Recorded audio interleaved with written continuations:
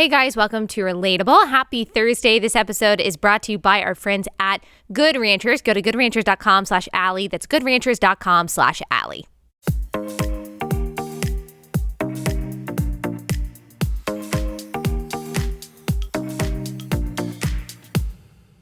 All right, today I want to talk about the Respect for Marriage Act, which fully repeals the Defense of Marriage Act, which defined legal marriage as between one man and one woman and was passed in 1996 and signed into law by Democrat President Bill Clinton. The House of Representatives just voted on this Respect for Marriage Act that codifies what is typically referred to as gay marriage. So you will hear me say a few times so-called gay marriage or gay unions or quote unquote gay marriage.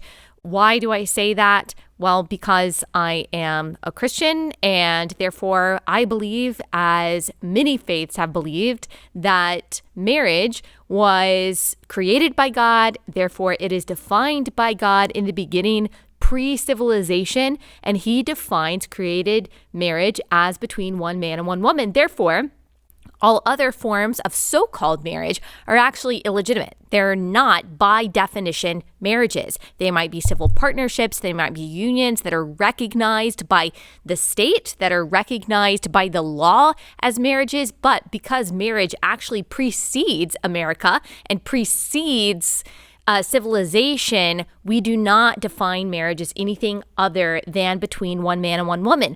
I will probably use that phrase gay marriage throughout this because that's kind of the colloquial term and we kind of understand what I mean by that, but also know where I'm coming from and what my actual perspective is on that. So why are we even having a Respect for Marriage Act? Why is this going on? So we're going to talk about that. I'm also going to talk about why I believe as conservatives, we shouldn't support the codification of what is referred to as gay marriage. And then of course, as Christians, but also just from a general secular, nonpartisan perspective, why it's important to maintain and to protect the legitimate traditional definition of marriage as between a man and a woman.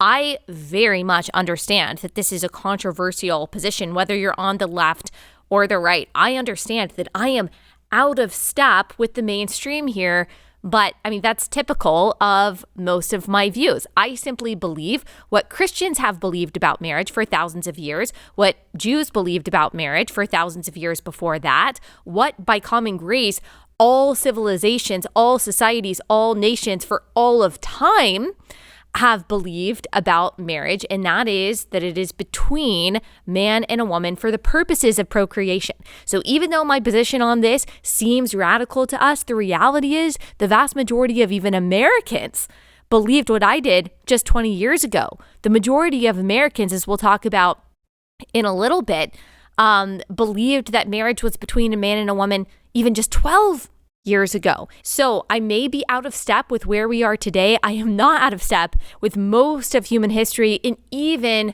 most of the world today when it comes to the definition and this perspective on marriage.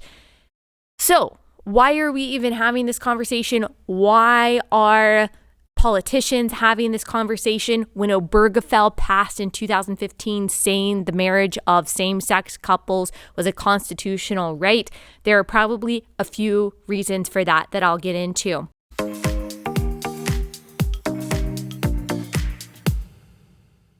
All right, quick pause to tell you guys about our first sponsor for the day. You know them, you love them, and that's Good Ranchers. Ronald Reagan famously once said that all great change in America starts at the dinner table.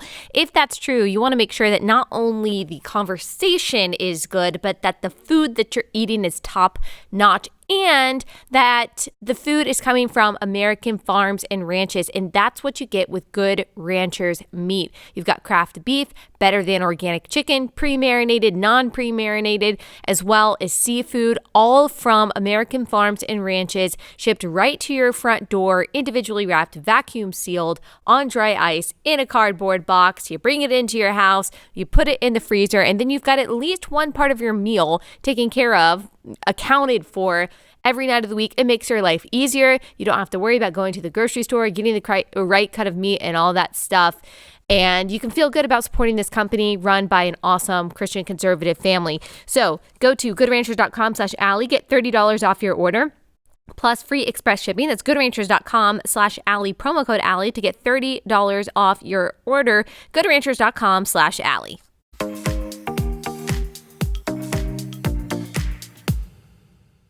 Speaker of the House Nancy Pelosi said this, quote, "This legislation guarantees that no married couple can be denied equal protection under federal law. This is really very important," she says, "from tax provisions to Social Security benefits and more, even if the court were to erase marriage freedom, God forbid." So there are probably two reasons why Democrats are pushing this right now. You might think it's kind of random. One, they may legitimately think that the Supreme Court will overturn Obergefell, which, as I just mentioned, declared marriage between two men or two women a constitutional right. That could be one reason because of what Justice Thomas said in his concurring opinion on Dobbs. Now, Justice Alito, who wrote the majority opinion for Dobbs, which was the decision that overturned Roe at the end of June, explicitly said that the decision to declare abortion not a constitutional right should not be interpreted as calling into question other decisions like those on birth control or same-sex unions. But Justice Thomas, in his concurring opinion, said this, quote, "We should reconsider all of the court's substantive due process precedents, including Griswold, Lawrence, and Obergefell." Griswold guaranteed the right of married couples to obtain birth control. Lawrence ruled anti-sodomy laws unconstitutional. Now, Thomas is not saying in his concurring opinion whether he agrees morally with birth control or sodomy or gay unions. He's not even saying that these things shouldn't be legal. That's not what he's arguing in his opinion. He is disagreeing with the court's idea of substantive due process, which served as the basis for not just these three cases, but also for Roe. So you can go back, you can listen to episode 633 of Relatable, where I explain more about his reasoning. We'll link it in the description of this episode. So perhaps Democrats are truly, sincerely trying to preempt a Supreme Court decision overturning Obergefell, which is incredibly unlikely to happen. Now, maybe in 50 years, like what happened with Roe v. Wade, but not anytime soon. But perhaps that's their motivation. But here's another likely reason, and that is to make Republicans vote on it before the midterms in November. Democrats want to show that the entire movement, or they want to try to prove that the entire movement that conservatives have been forging against gender identity indoctrination in schools and drag queen story hour and men and girls bathrooms are really just hating the gays. That's what they want everyone to think. And that conservatives are in cahoots or are a part of, this far right movement along with the Supreme Court to control people and to establish a Christian nationalist fascist theocracy. Their buzzword for this election cycle, if you haven't noticed, is freedom. Nancy Pelosi said it in the quote that I just read a couple minutes ago. Gavin Newsom is running ads in Florida, trying to get California's defectors to move back, saying that they're the party in the state of freedom. Do you think, this is just an aside, just a little parenthetical part here, do you think that you're actually going to make people forget why they left California? Because much of California is an overtaxed, crime-ridden, tyrannical hellscape overflowing with drugs and homelessness. People are not forgetting that as they are relaxing on Miami Beach. As usual, when Democrats use this word freedom in their ads and in their tweets, this is their buzzword going into the midterms, they actually mean the exact opposite of what they say. So when they say freedom, they mean tyranny. When they say democracy, they mean authoritarianism that they like. When they say authoritarianism, they mean democracy that they don't like. And the Dobbs decision is a great example of that. The Obergefell decision is a great example of that. So the Dobbs decision said, this decision should be placed in the hands of the people of the states, should be decided democratically. And the left is calling that authoritarianism, Handmaid's Tale, far-right fascist extremism, when in reality, the Roe decision was far more authoritarian, banning states from, and their voters from banning abortion if they wanted to. But the left's vision of democracy is actually where all of their wishes are pushed through into dissent is silence. That's why they support Obergefell, even though Obergefell was undemocratic. The decision of marriage should have been left to the states. It should have been decided democratically. This is also why this kind of subversive, opposite interpretation of the words that they use, like democracy and authoritarian and freedom, it's also why you saw so many articles about how, and, news segments about how Elon Musk's commitment to free speech on Twitter would have been a threat to democracy. Free speech, they think, is a threat to democracy. It's because they mean the opposite of what they say, and you're hoping that they don't notice. It's the same thing that they do with abortion. Abortion is healthcare. Okay, well, no, because healthcare doesn't include purposely, intentionally killing an innocent person, right? So they always mean the exact opposite of what they say. They're hoping that you don't think about it. They're hoping that you don't notice. So when Democrats say that they are for freedom and Republicans are not, they're not actually telling the truth. It's not that Democrats who are for child drag shows or teachers teaching kindergartners how to be non-binary, or for abortion through all 9 months, or for illegal immigrants living here on the taxpayer's dime, or for violent criminals being released from jail. It's not that they support these things because they are for liberty, like max amounts of liberty as we define liberty. They're actually just pro-chaos, specifically pro-moral chaos, pro, in many cases, outright immorality. So we know that they're not interested in what we think of when we think of liberty. They shut down businesses, forced masks, forced vaccines, closed schools, kept family members from visiting their loved ones in nursing homes and in hospitals without any scientific evidence that this was helping. They're constantly fighting against speech they don't like online. They use every legal tool at their disposal to ruin the lives of people who pray on football fields or refuse to sell wedding cakes to gay couples, or people who defend themselves against violent criminals. They're incredibly intolerant of dissent and of personal liberty. But to be fair, and this is all building the argument and helping us understand why conservatives should be for protecting traditional, legitimate marriage. So to be fair, it is also true that conservatives are against the freedom to do some things. That is also true. We are against the freedom to abort your baby.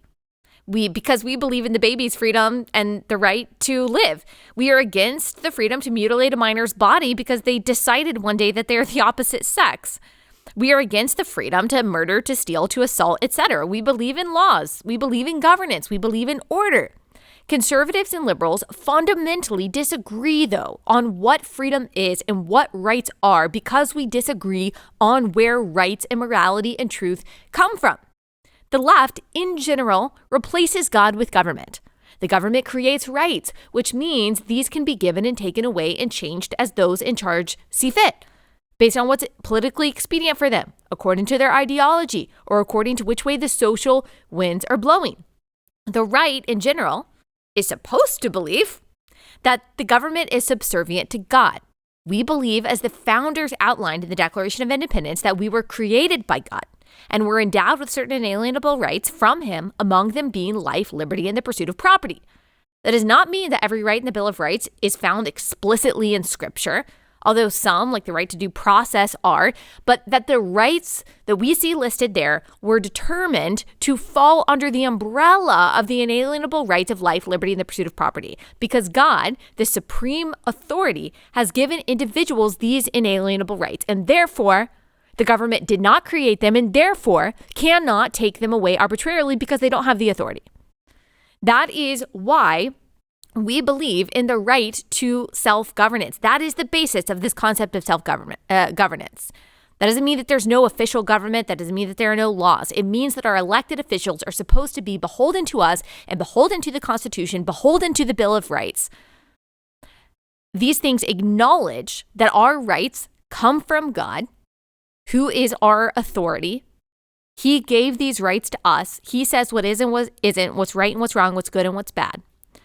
And if rights come from God, as our declaration declares, that means that truth and morality come from God too, because what are rights except for an application of truth and morality?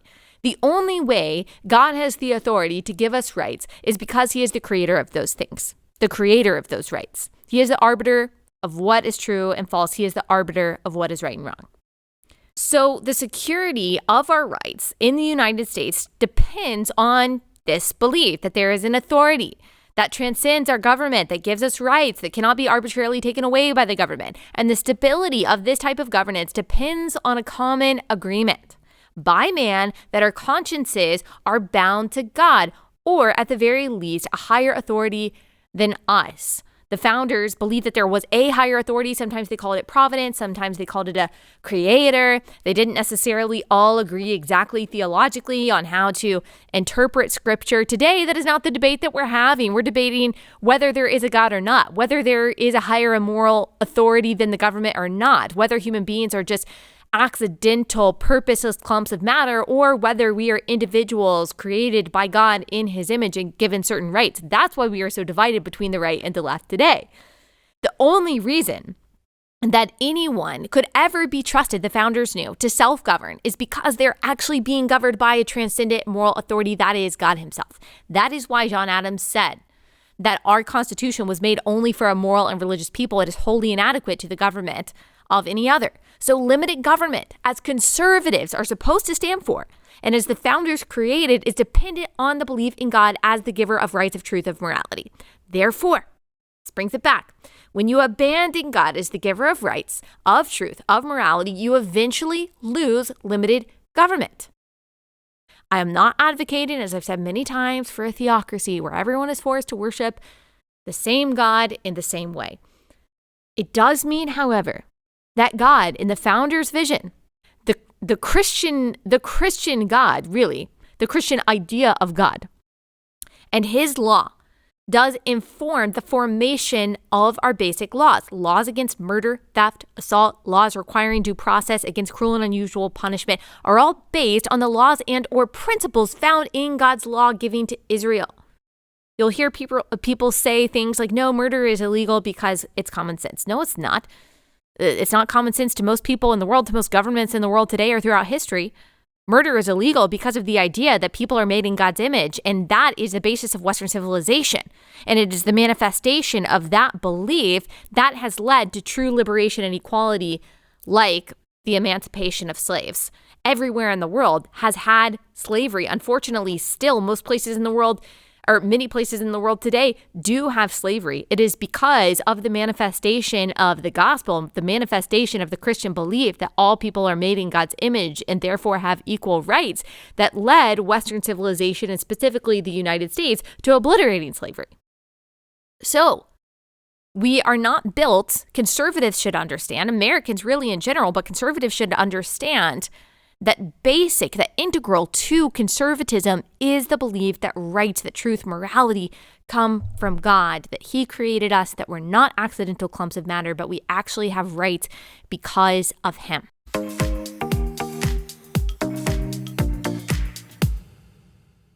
All right, another break, another sponsor. That's Birch Gold. You guys know how much I mistrust the people in charge. And one of the people I trust the least is Treasury Secretary Janet Yellen. She finally admitted the other day, quote, there have been unanticipated and large shocks to the economy that have boosted energy and food prices. Unanticipated by whom?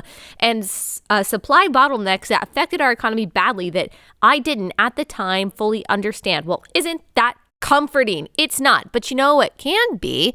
What can be comforting is making sure that you are secure, that you are creating a hedge against the threat of inflation with Birch Gold. They're protecting their savings from a highly turbulent economy by diversifying their 401k or IRA into gold, physical gold. Text Allie to 989-898 and get a free info kit on diversifying and protecting your savings with precious metals. Text Allie to 989-898 for that free info kit. Allie to 989-898.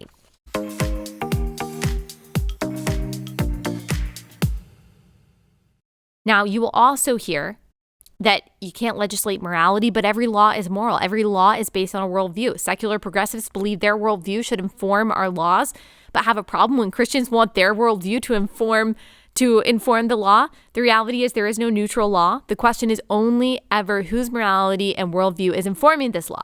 Let's debate the laws. Let's debate the ideas. May the best one win. That's how it's supposed to work. But we are all supposed to have a common agreement about where morality, truth, and rights come from. It is our disagreement about that on the left and the right that ultimately and fundamentally divides us. So, conservatives and Republicans who support the codification of what is called today gay marriage do not understand what they are actually foregoing. Everything that I just talked about, they are abandoning. They are actually abandoning the very basic tenets of not just conservatism, but of America, because they are redefining marriage as God, who gave us our rights and truth and morality, and therefore our authority to self-govern, defines it.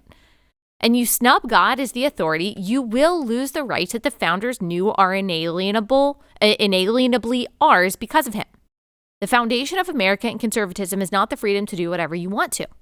The foundation of America and conservatism is a limited government made possible by a people who are voluntarily constrained by the principles of God. Also, you cannot create moral order.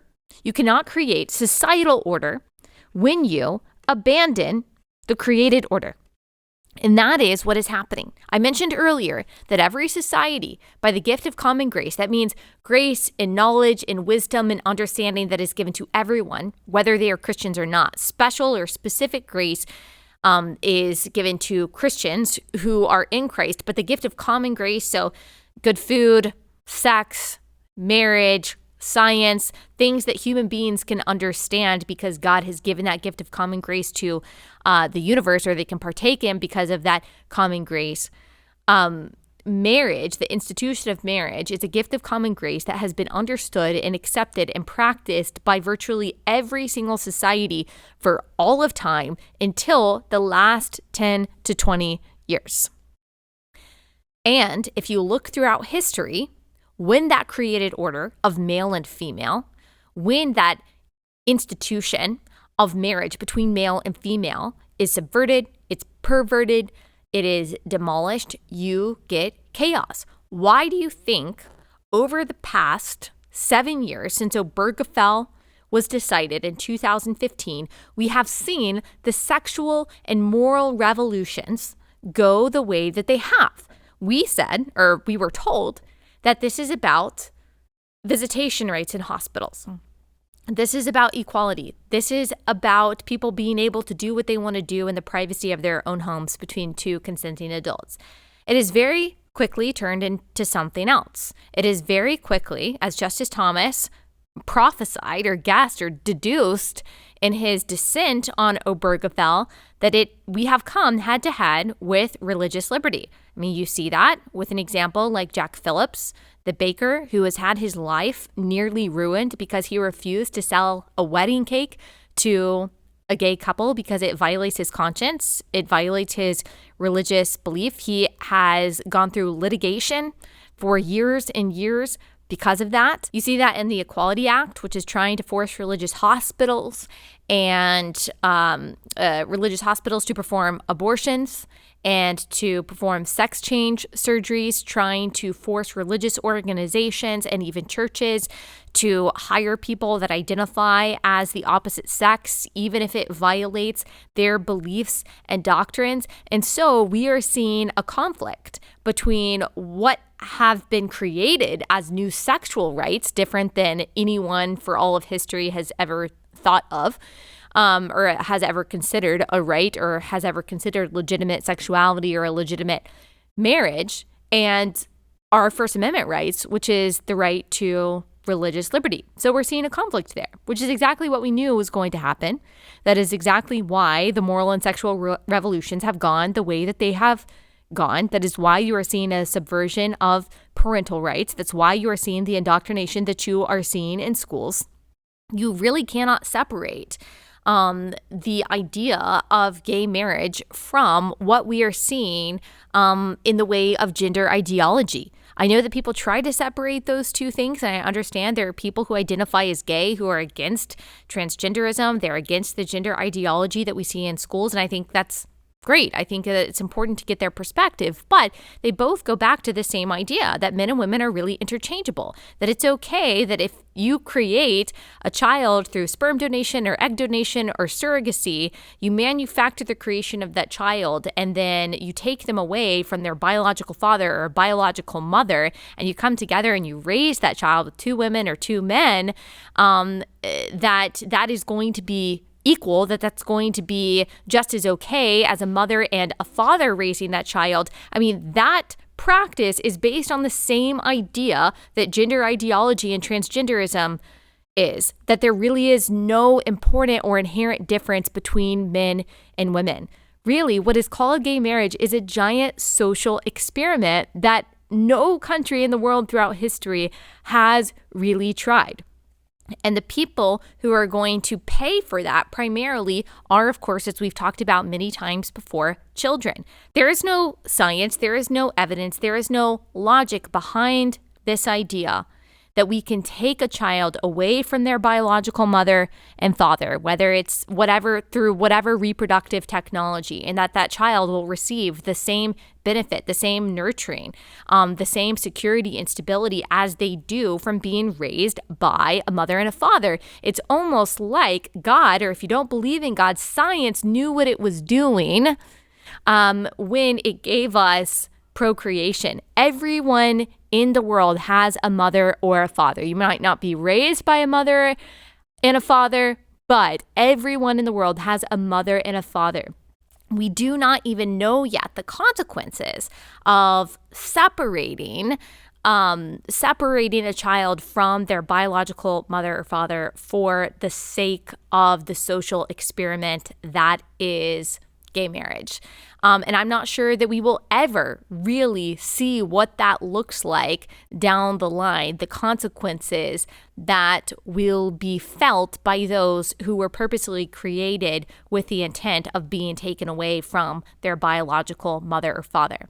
So that is part of why the state actually has an interest in protecting marriage as between a man and a woman, because the state has an interest in the well-being of its future citizens. It has an interest in protecting the family also because the family, husband, wife, mom, dad, and children, has been part of the foundation of every functioning and every flourishing society that has ever existed. So conservatives that are abandoning this are abandoning a foundational tenet of society, specifically of Western civilization, particularly of America. And at that point, what are you really conserving? You're not going to get all of these economic benefits without social conservatism. They really go hand in hand. If you believe that the family is the bedrock of society, which we do, which we should, whether you're Christian or not,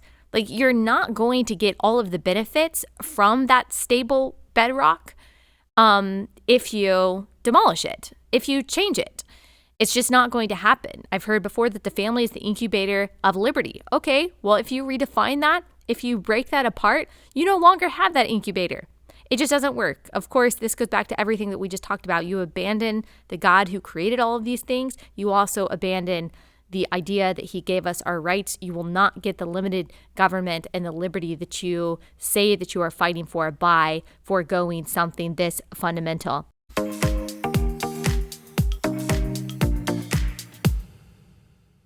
Okay, super excited to tell you about this company. I've talked to you about them before. I love them so much because they so perfectly align with everything that we talk about.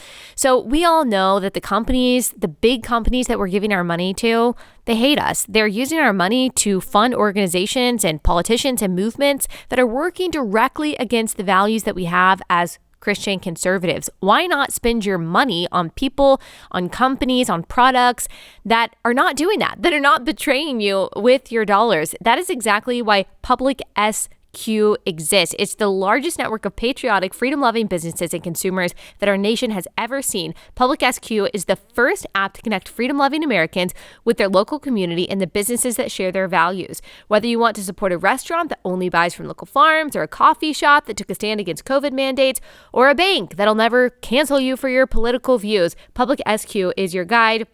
There are also community groups that are open. They're censor-free, where you can connect with other local members. It's also totally free to join, and you can list your own business for free so people can support you. Just download the Public SQ app, that stands for Public Square. Public SQ app from the Apple App Store or Google Play. Create an account, begin your search, download the app today. Public SQ, that's Public SQ.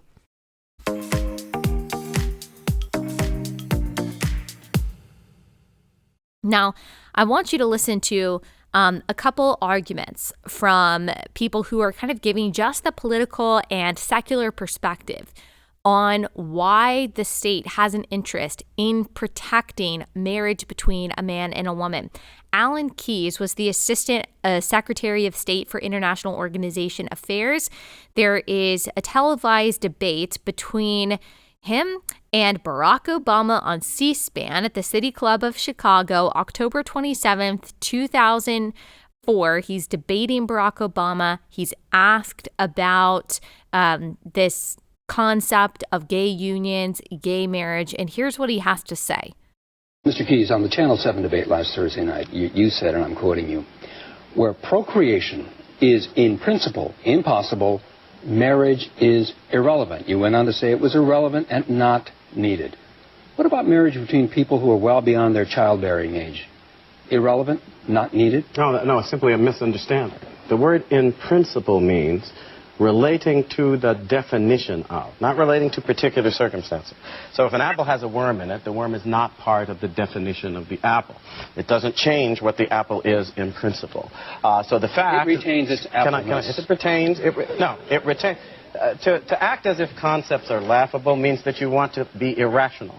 Human beings reason... You said it was irrelevant and not needed. Human beings reason by means of concepts and definition. We also make laws by means of definitions. And if you don't know how to operate with respect for those definitions, you can't make the law.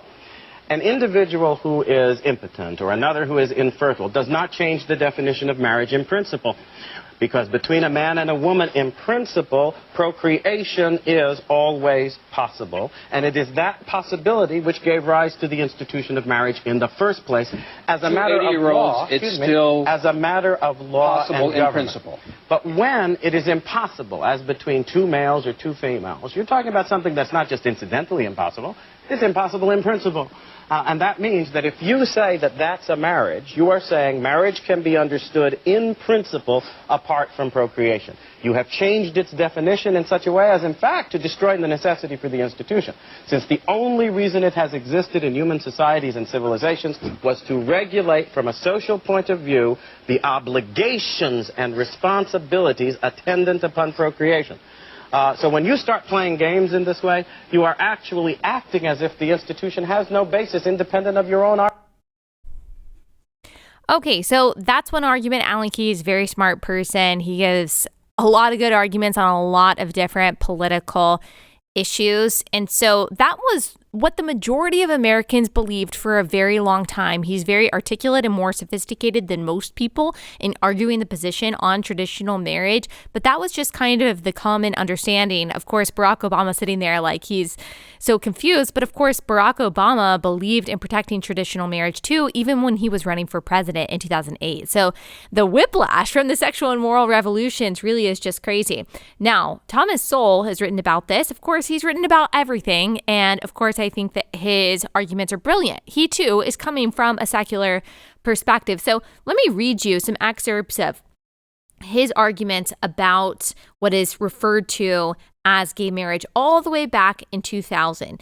He says, the issue of gay marriage is one of many signs of the sloppy thinking of our time. Centuries of laws, policies, and traditions have grown up around marriage as a union of a man and a woman. Now the demand is that all those laws, policies, and traditions simply be transferred automatically and en masse to an entirely different union that chooses to use the same word. Homosexuals were on their strongest ground, Thomas Sowell says, when they argued that what happens between consenting adults is nobody else's business. Now they want to make it everybody's business by requiring others to acquiesce in their unions and treat them as they would other unions, both in law and in social practice. So Thomas Sowell argues that really the government does have a concern when it comes to marriage between a man and a woman, but he believes that the government does not have a concern and should not be involved at all when it comes to the union of two men or two women. And some of his reasoning for that is that, well, men and women can create children. There are different effects on men and women in marriage. They have different positions in marriage, and that's just not true of gay couples. When they come together in unions, you don't have the procreation of children. They don't have different positions in marriage because they're two men or two women, so there's not some inherent differences there. I think that argument is a little outdated because he could not have foreseen in 2000 all of the reproductive technology that has now developed that allows two men or two women to procreate, in a sense, sons and daughters. And so, because, as he argues, the state does have an interest in the well-being of its future citizens, in the well-being of children, I believe that the state actually does have a place when it comes to actually proactively defining what marriage is. Now, he also argues, he argued in 2006 in an article titled "Gay Couples Misunderstand Intent of Marriage Laws." He says the equal protection of the laws provided by the Constitution of the United States applies to people, not actions. And so you're often hearing, well, I believe in the equal application of the law, therefore I believe in gay marriage. He says it doesn't apply to it applies to individuals, not actions. Laws exist precisely in order to discriminate between different kinds of actions. When the law permits automobiles to drive on highways, but forbids bicycles from doing the same, that is not discrimination against people. Such a brilliant point. A cyclist who gets off his bicycle and gets into a car can drive on the highway just like anyone else. In a free society, vast numbers of things are neither forbidden nor facilitated. They are considered to be none of the law's business. He says gay marriage advocates depict marriage as an expansion of rights to which they are entitled. They argue against a ban on gay marriage, but marriage has for centuries meant a union of a man and a woman. There's no gay marriage to ban. That's a very radical statement, which of course aligns with what I believe. He says analogies with bans against interracial marriage are bogus. Race is not a part of the definition of marriage. A ban on interracial marriage is a ban on the same actions otherwise permitted because of the race of the particular people involved. It is a discrimination against people, not actions. There is no reason why traditional marriage laws should be transferred willy-nilly to a different union, one with no inherent tendency to produce children. Well, again, no inherent tendency, but again, I don't think he would have known all of the technology that has been developed today, nor the inherent asymmetries of relationships between people of different sexes. It'd be interesting to hear, knowing everything that has developed over the last couple decades, how his argument would come across today, but clearly he is for the protection of traditional marriage for a variety of reasons. Now, the fact that 47 House Republicans voted to ban states from recognizing the traditional definition of marriage, that's really what happened. That's how the Blaze puts it. And at least 2 GOP senators will do so, is actually really radical. It's really stunning. I know a lot of people like Pete Buttigieg are saying that it's so tragic that in 2022, 157 House Republicans just voted against marriage equality. Adam Schiff is saying that Republicans just voted against codifying marriage equality for LGBTQ plus people. They have an extreme and a backwards agenda. No, the headline is actually that 47 Republicans voted to codify what is called gay marriage, and that there are going to be Republican senators who do the same, that this might actually pass. That is what is radical. That is what the headline is, because it shows such a drastic and quick shift away from what the entire world has known about family and marriage.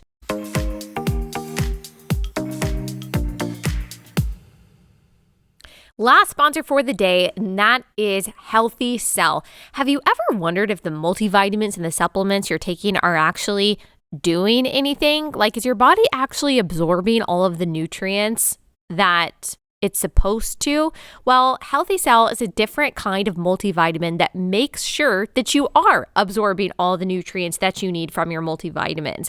Healthy Cell vitamins are an ingestible gel that not only tastes great, but has 165% more absorption than pills. Their technology is called microgel that delivers that maximum absorption. The old-fashioned tablets, capsules, and powders contain synthetic other ingredients like binding glues, fillers, coatings that can irritate the lining of your stomach, but Healthy Cell's microgel suspends soluble, ultra-absorbable nutrient particles inside a natural gel made of gut-healthy ingredients like soluble fiber, citrus pectin, acacia gum, and water. No artificial sweeteners, flavorings, or colorings. It's even non-GMO, gluten-free, vegetarian, all that good stuff. So make sure that you are absorbing the nutrients that you need from your multivitamin. Use Healthy Cell. Go to healthycell.com/Allie. Use code Allie at checkout for 20% off your order. That's healthycell.com/Allie. Use code Allie, healthycell.com/Allie.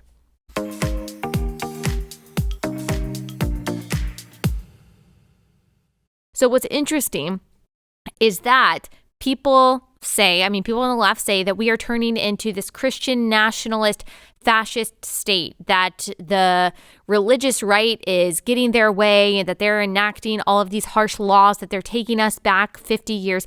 Obviously, nothing could be further from the truth. Like, do you not see the moral and sexual landscape that is the United States right now? Like, do you not see how progressivism dominates every institution that exists, from the federal government to academia to the mainstream media to big tech to the public education system? Much of even what claims to be the church today is kind of steeped in this progressivism when it comes to social justice, when it comes to economics, when it comes to certainly sexuality and gender. Like, progressivism dominates our country. Yes, there is a minority of people who are loud and proud, like you and I are, who are pushing back against the progressive zeitgeist, but absolutely progressivism, especially when it comes to things like homosexuality and gender, dominates our culture today.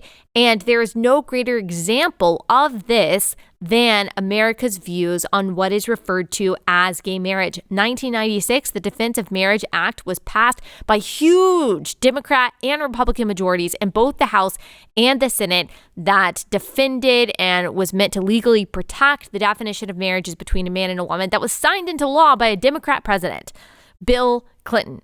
And then you had in 2000, of course, George Bush said that he was going to protect marriage as the definition between a man and a woman. You even had Obama, as I mentioned earlier, say in 2008 that marriage is between a man and a woman. He later what they would call is evolved, but even like a few years later, he said, well, I think that this is something that should be decided by the states. I don't think it should be decided by the Supreme Court.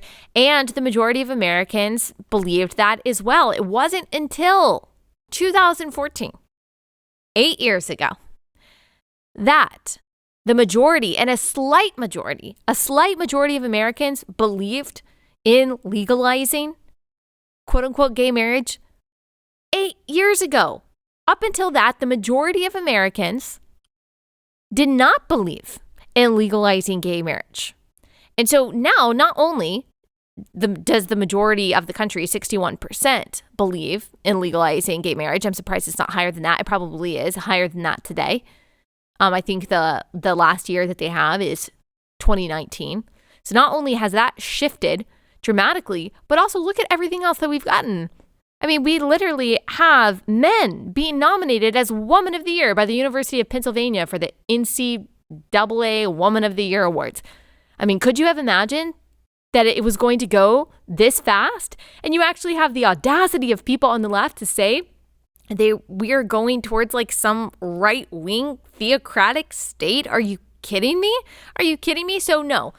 The story is, the headline is that a few dozen GOP representatives, and that's probably more than a few GOP senators, are going along with what is a radical position historically, a radical position on the foundational understanding, the foundational definition, the definition of marriage, which is foundational to all functioning and flourishing societies, and which is connected to the conservative and what is supposed to be the American belief that we were created by God, that he gave us our rights. He gives us our rights. He has the authority to do so because he transcends the government. He predates the government. And within that, he gives us truth. He gives us morality. Part of that is defining not just who we are, male and female, but also what marriage is. And then, of course, the secular perspective, if you want to call it that, of the idea of marriage being important for the purposes of procreation and for the perpetuation of society and the human race. Conservatives abandon that. You'll abandon everything else. I understand there's log cabin Republicans. I understand that there are a lot of people who call themselves conservative in a lot of different ways that I really respect, that I really like, that I'm glad to talk with and partner with on a lot of different things, that believe that we can just kind of compartmentalize things, that you're going to be able to get capitalism and free speech, but you're going to be able to abandon social conservatism and these kind of foundational beliefs in God and marriage and children, and you can't. I'm just telling you, you can't. You can argue with me all you want to. You can call me a bigot. You can say I'm crazy. You can say, oh, that's some Fox News person like tweeted at me on Twitter and was like, that's a take, and did some like little cringe emoji or something. Like, okay, that's fine. You have your position. I have history on my side. I have the understanding of our founding on our side. I have an understanding, a coherent and cohesive understanding of political philosophy and what makes societies on my side. But sure, all of human history, all civilizations were probably wrong until 2015. No, you're probably right. You're probably right. Let's see how that works out. It's worked out really well since 2015. Things are going awesome. So, you know what? If I'll tell you what, if things swing in the other direction, if we start having more liberty, if the family structure gets stronger and we have more parental rights and we start heading towards a good direction while still completely abandoning the traditional definition of marriage and the traditional definition of the family, then I will be happy to say, you know what? I and all of humans until 2015 were wrong. I'll be willing to say that. Unfortunately, I don't think that I am wrong, because it's not me. It's not me that I am appealing to, or it's not my authority that I am using to argue this. It is the authority of God himself. It is the authority of history. And as I said, cultures around the world and throughout history. So that is why I believe that we should support the legal protection of traditional marriage. Of course, you guys know why I believe as a Christian, marriage is between a man and a woman. It's rooted in creation. It's repeated throughout Scripture. It's reiterated by Jesus himself. It's representative of Christ and the church, and therefore it is reflective of the gospel. I will link a past episode on that where I get into that thoroughly from a theological perspective. It doesn't mean that you hate gay people. It doesn't mean that you don't believe that everyone is made in the image of God. That doesn't mean that you don't think that they should have rights, visitation rights, or that they should be able to live happy lives, or that we should be regulating what two consenting adults do in their own home. It's not what I'm saying. Not for enacting a theocracy. I am for a little bit of common sense and a little bit of understanding of where our rights and morality and truth come from. If conservatism doesn't conserve that, it's not going to conserve anything else either.